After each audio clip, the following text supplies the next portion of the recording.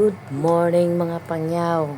Samahan niyo ako magluto tayo ng curry chicken para sa ating mga amo. Ayan. Una nating ginagawa is magpainit ng kawali. Lagyan natin ng mantika. Of course, alam na ng lahat yan. Tapos ito yung curry sauce na gamit natin. Yung nakabox lang. Gumawa tayo ng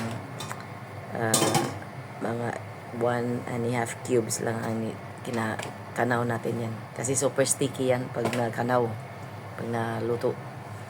So, ayan. Hintay-hintay tayo ng sandali habang nagpainit tayo ng mantika.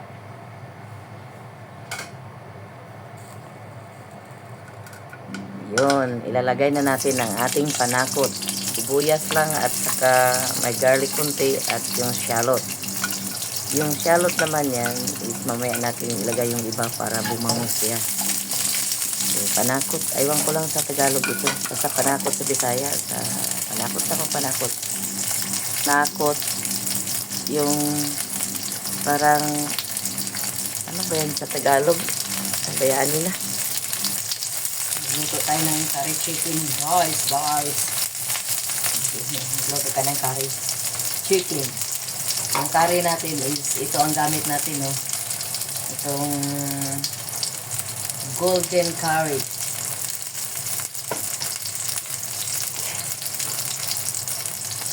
Ayan, bumango na. Ayan.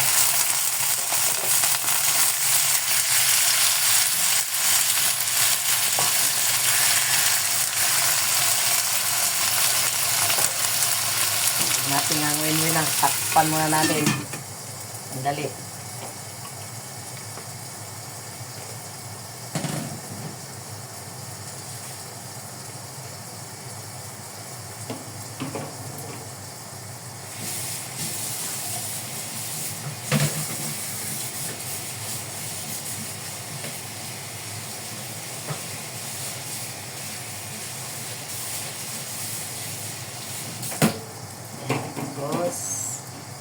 Titingnan natin kung nagtubig na ba siya. Ang purpose noon, kaya natin tinakpan para lumabas yung juice ng kuwan. Hindi juice na gano'n. Yung maging lalabas yung tubig kamo ng manok. Ayan. Kaya nagka-moist na siya. Okay. Ipa-brown lang natin ng kunti. Ayan. So, takpan natin uli ng mga ilang segundo. Ayan.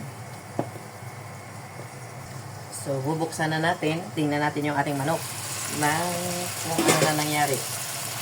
So, okay.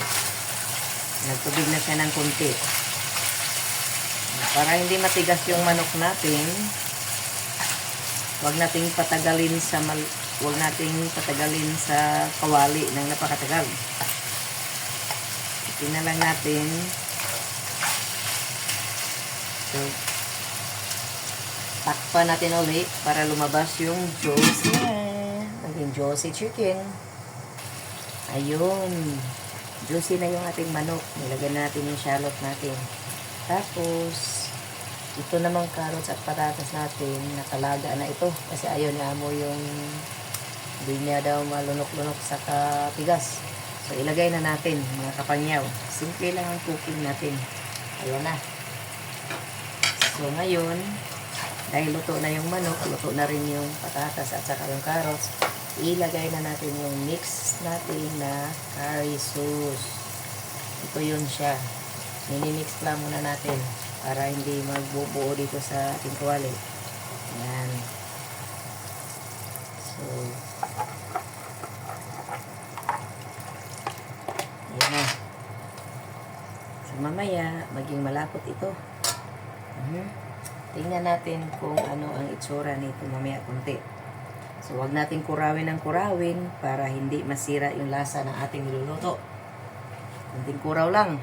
Okay, tapos tatakpan natin uli. Pakuluan ng mga ilang segundo. Oh, wala naman ako sinasabi na huwag talagang kurawin yung mga niluluto nyo, ha. Ano ko lang yun. Sa akin naman yung way ng cooking. Hindi ako ng kuraw kasi yung kumbaga Pag habang kinukura mo ng kinukura, para parang lumilipad na rin yung kuan niya. Lumilipad na rin yung lasa. Pero, style-style lang. So, tinatakpan natin. Mamaya silipin natin yan, mga ilang segundo lang. So, nailagay na natin yung curry sauce natin. Tapos, di ko lang sigurado kung tama na yun sa timpla. Mamaya timplahan natin uli yan. Titikman naman natin yan eh. Bubuksan na natin uli. Tingnan natin kung ano na nangyari sa ating curry. Okay? So, ito na siya. Okay. See, nakita natin. Lumakot na siya. Ganun lang ang kuraw natin. Pagilid, pagilid. Balitok ng isa. Balitok ng pangalawa. Tapos ang usapan. Ayan. So, tikman natin kung anong lasa nito. Be?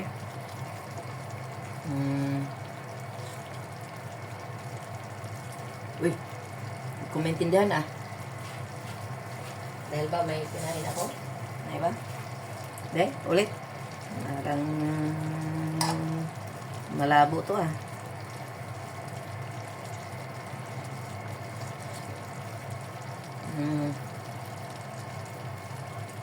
Ayos. Masarap. Masarap, masarap talaga. Ayan. So, nakita nyo yung sauce niya. Medyo lumapot na. Para hindi masira yung pagiging ng spirit ng ating niluto, huwag nating palaging kinukuraw. Magtatampo to. O, sige. Ayan na yung niluto natin, guys. Alam ko magustuhan ni Amo to. Ang sarap niya. Then, tatakpan na natin dahil tapos na ang ating curry chicken. Babus! Thank you sa pagtiyaga. Wala na tayong content. Pero masarap naman. Hindi biro. 1, 2, 3, 4, 5, 6, 7, 8, 10. Isang segundo. Shoot! Double. Bye! Thank you for watching. Yun ang curry chicken natin. Ang technique, huwag laging kinukuraw para hindi lumipad ang vitamina. Babus! Yeah!